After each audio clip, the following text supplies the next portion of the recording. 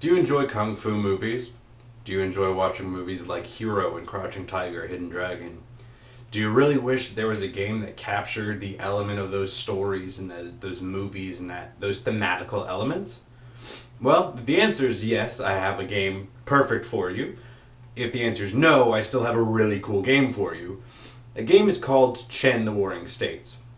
Now, Chen the Warring States is a game set in Warring States period China. Shocking, I know, if you did get that from the name. Which is, by the way, about the year 2035-ish BCE, and set in China during that period with 7 states. And that's what we're going to be talking about today. And yeah. We're going to start right with the system because the system is one of the things that actually really drew me into this game. The system for the game is what they call the yin-yang system, or yin-yang, however you want to pronounce it. Most likely it's always wrong, unless you're writing it in characters. But anyway, the yin-yang system is a simple system with 2d10, one being preferably black, one being preferably white, and then you subtract the smaller one from the larger one. And then you add your attribute and your skill. And that's your total. And that's it. So it's actually really simple. And this was designed to kind of, one, make play more fluid, but two, to also integrate this system element into the setting. Because it's yin-yang, ideally what you want to do is balance it, thus getting two of the same numbers. And when you balance, you've attained this eternal balance, you actually, that's when your critical successes happen. And so that's really what really was interesting to me about this game, is that it had taken something that is so core to these stories, this idea of balance and, Taoism, and decided to turn that somehow into the system for the game. And that is the only rolling that ever occurs in this game, is that yin-yang system.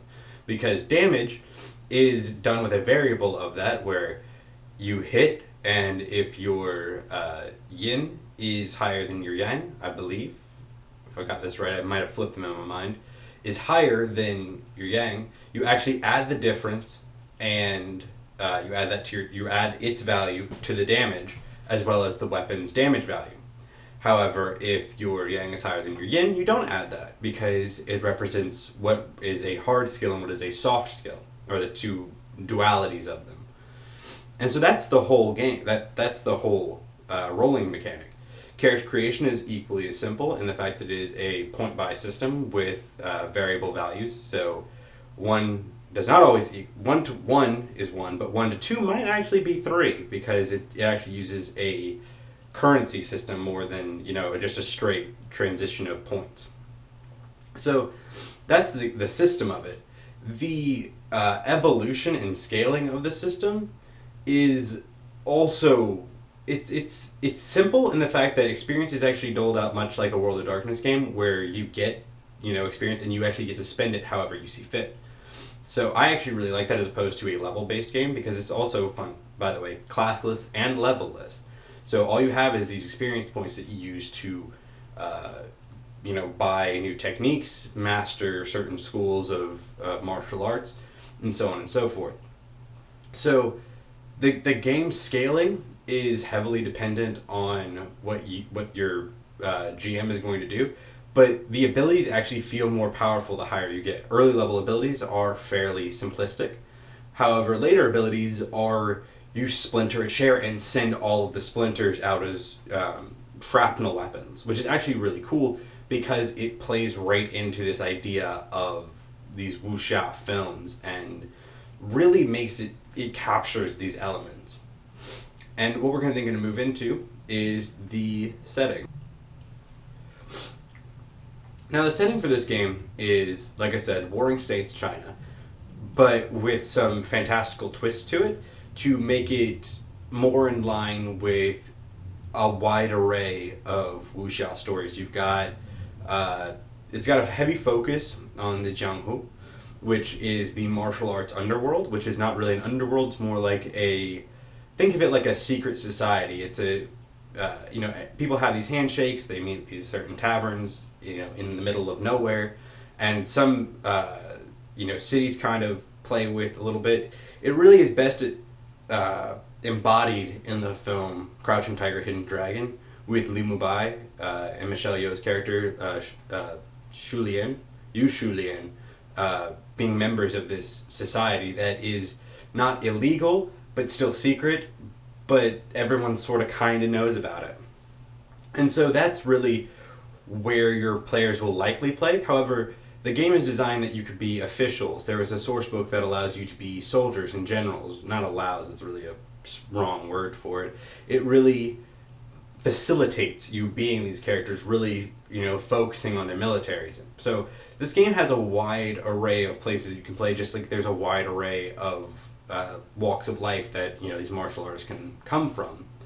And it focuses in during the period of the Warring States, where it's been narrowed down to just 7 states, right before the state of Qin kind of focuses out and just destroys everyone and then unifies all of China under itself. So that's really the period that it starts in, is during the 7 states period of the game. And then you can tell the tale however you want. You can tell the tale being really focused on this historical event, or you can actually scratch all of that and tell a story that doesn't touch at all on the politics, and the wars and political maneuvering in the back is really just a backdrop for your story that may be focusing on finding a sword similar to the Green Destiny, or hunting down demons and ghosts and all sorts of other various creatures. So that's one of the things I really like, is the fact that the setting was designed with the idea that you could play historically, or you could play with more of a fantasy version of it, without ever forcing you to go either way. Both sides are very well developed and illustrated, so you can go and do whichever one you want, which I really enjoy because I have a huge library of kung fu films because I love the genre, I love the stories, and I've just fallen in love with all of the elements of it, the betrayal, the tropes. I find them more interesting than a lot of Western story tropes that I've kind of grown up with. So the art of Chen is actually this, it's more of this line art style, kind of semi like a sketch, but less rough. The entire idea of the art is based on just using lines and using the actual toned background that the book, all the pages of the book are done in, to act as the backdrop. And so there's no full color art in this book, and it actually does a really good job of matching the aesthetic style that you'd expect for the game as you begin to read through it. Because all it is these, these sketches or shaded drawings of maybe a demon or a ghost or 2 wuxia heroes going at it through the treetops. And I find that this is really the best art option for the game, as opposed to going with a full color art palette, because the art style appeals to the simplistic nature and feeling of the game without ever detracting from it. You don't ever look at it and go like, oh, this is cheap. It really truly matches the style of the book.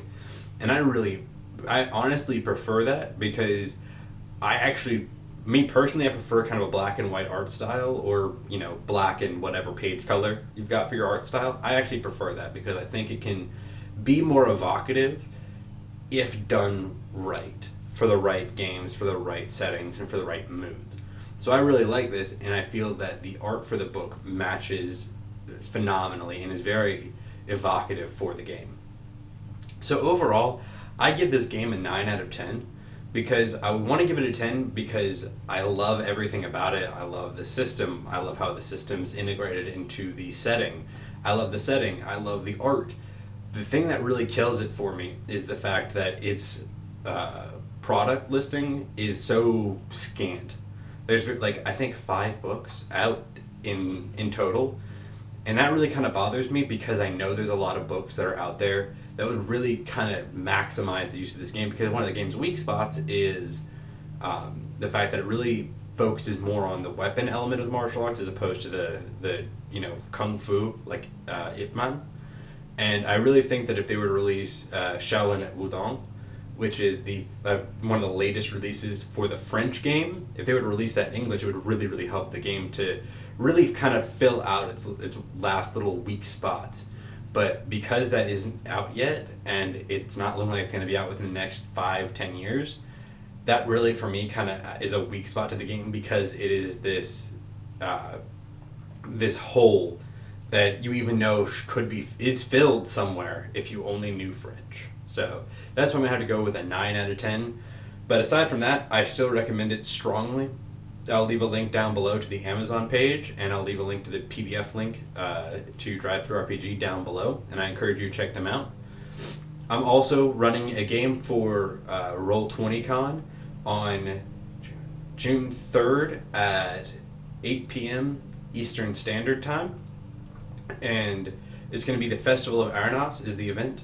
I will leave a link down to Roll20 below. The system is actually going to be one that I've been designing for like the last 3 years, that we're kind of moving out of our closed beta test, and within a month we'll be launching our full open beta test, and I encourage you to check it out. To at least, drop by the Roll20 page, check it out. If you're interested, if you're free. I'll have pre-made, so you're not expected to know anything about the game, obviously. And so check it out and join if you can. And go check out other games, educate yourself about something new, something different, something you haven't played before. Get out of your shell, try new games. And thanks for watching, and keep rolling.